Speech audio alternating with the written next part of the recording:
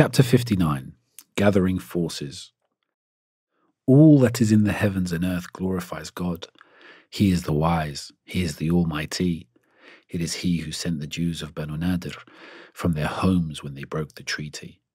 And you believers thought they would never leave Medina without a fight. They thought their fortifications would protect them, but of God's will they had no insight. God came at them where they least expected, destroying 𝐀𝐥-𝐇𝐚𝐬𝐡, their chief. God put fear in their hearts and brought them to ruin at the hands of those with firm belief.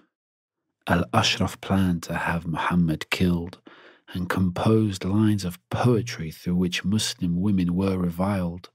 Learn from this those with understanding, as the disbelievers' punishment was exile. If this had not been God's decree, they would have suffered even worse for their sins. But in the next life they will have the fire. God is stern with those who set themselves against Him. The believers cut the disbelievers' palm trees as a sign of their humiliation, all except the tree called Ajwa, which God allowed to survive the devastation. And believers, you did not have to struggle to gain what the exiled Jews left behind. God grants His messengers authority over whoever He wills, people of all kinds. So whatever gains God grants the messenger, the poor, the orphans and the needy, this is the split decreed by God. Observe His limits and do not be greedy. Your Lord does this to ensure that the wealth is spread not to the already rich. So whatever the messenger gives you, accept, and what he forbids, abstain from it. Some said to the Prophet, take your share of the spoils and leave us to deal with the rest. But God had chosen this gain of 7 plots of land to be for the poor, and surely God knows best. It was managed for the poor in the Prophet's time, and by the Caliphs after him, for the poor who helped God and His messenger with all they had in jihad when they were migrating. Those firm in faith and wealth who already live in Medina show love to those who've just come. They wish the best for those who just migrated, and from what God has given them they ask for none.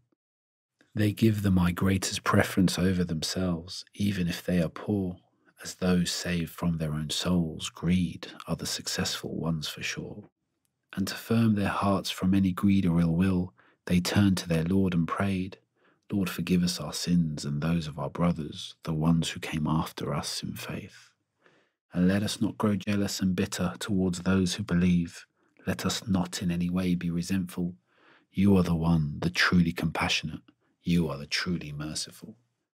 And the hypocrites of Aus pretended to have faith, but to their disbelieving kin revealed their plans. If you are attacked by the Muslims, we will fight them, but if you leave, we too will leave the land.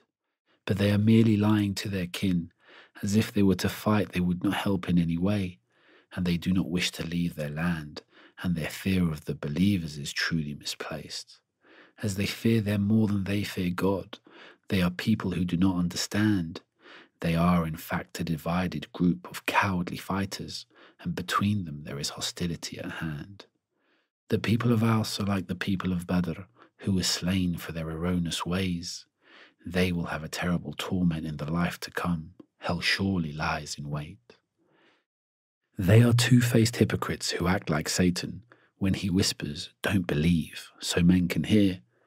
And only after a man follows Satan's words, Satan says, I disown you. The Lord of the worlds is who I fear.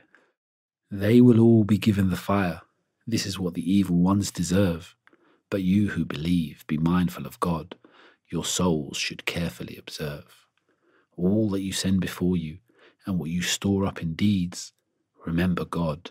He is well aware of all that you do indeed. Do not be like those who forget God, those who God then causes to forget their souls. They rebel, and they will be food for hell, unlike the successful ones who make paradise their goal. To give you an idea of this Qur'an's power, imagine if it had to a mountain been sent. The mountain would have split apart and would have crumbled in an instant. Such is the awe it would have of God. So believers, make the next life your main concern. We offer you this image as something to reflect on, so those with knowledge can learn. He is God, the knower of the hidden and clear. There is no God but He. He is the controller, the Holy One. He is the Lord and giver of mercy. He is the guardian and the source of peace. To Him all greatness belongs. He is the only God, above having partners, the forgiver for those who do wrong. He is the secure, He is the compeller, the King, the One, the originator. He is God the mighty and the fashioner. He is the Lord, the creator. The best of names belong to Him. He is the one all that's in the heavens and earth glorify. He is the knower of the seen and unseen. He is the Almighty, and He is the wise.